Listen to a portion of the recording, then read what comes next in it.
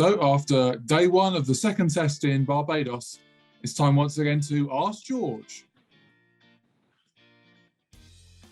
Simon Stokes asks, are ground staff being asked to prepare pitches that will last 5 days as opposed to producing good cricket? I think it's a really good question. I think Cricket West Indies and the West Indies team management have asked for quick pitches, lively pitches, which would suit their fast bowlers and create attractive cricket. I think that either they've been ignored or the local cricket associations are deciding to have as long tests as they can to maximise ticket sales and bar revenues and the like. I think there's a major mistake. I think long term it is a mistake to disrespect the spectator, and I don't think this is a particularly good wicket. But today anyway, I thought it was it became an entertaining day, mainly because of Dan Lawrence. But yeah, I think the Barbados Cricket Association have noted that lots of England supporters are in town and tried to squeak every penny they can out. Are people writing this wicket off as bad too early? It's only day one. That's from Tom Vickers. Well, if you've had one day which hasn't been great, isn't that enough? You see, the thing is, a rock fall could be dramatic, but it doesn't make 1,000 years of erosion great TV. James asks, is Alex Lees the new Joe Denley?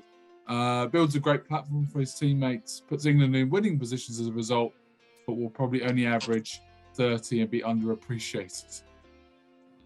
There's a lot to take in that question. Did Joe Denley build great platforms? Did he? And is Alex Lee? Yes. You could talk a lot about whether Alex Lee's played a good innings today. I guess I would argue that he did his job up to a point in that he made sure that Lawrence didn't come in until something like the 46th over. And that is part of the role of an opening batter. Now, whether he is too limited to score freely enough in Test cricket, some people will think that. I thought he kind of did his job today. And it's his second test. He failed in his first.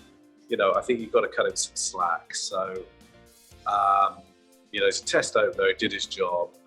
Joe Denley wasn't really an opener, although he did open once or twice. I don't think the comparison is that valid, to be honest.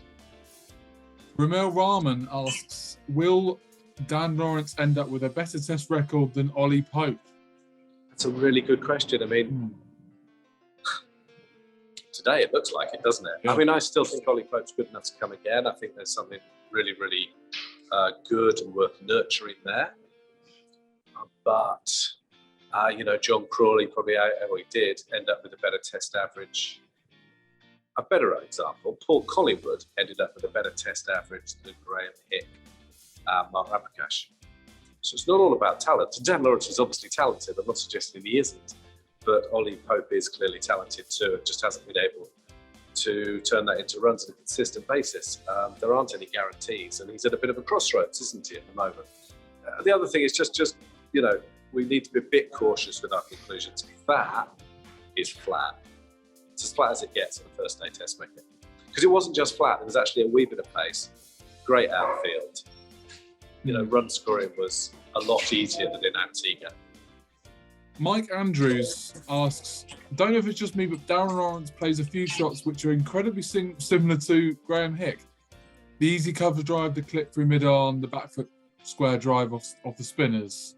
What do you think? He's not physically imposing, is he, as Hick? He's quite a smaller man. And he's also got a bit more of a flourish. This is sort of that flamingo leg. Yeah. But I can sort of see what he means. There's something about the wristiness.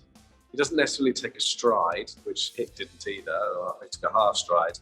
And there is something about the way seems to have very strong wrists. So when I saw that question, actually, and I thought, can't really see that. The more I looked at it, I can see where Mike's coming from. But basically, it's just wishful thinking, Mike. You miss Graham Hick. Of course you do. Whose cat has Matt Parkinson strangled? That's from Susan. Who should he have played instead of? Should he have played ahead of Leach? Well, I think that's a bit harsh. Should they have dropped a seamer? It's difficult. He'll get his chance. And he is improving. He is improving. Every time I see him, he looks a bit better. But I don't. There are always better players when they're not in the side. Yeah. A lot of the people who are calling for Saqib to play last week will probably want him drop next week.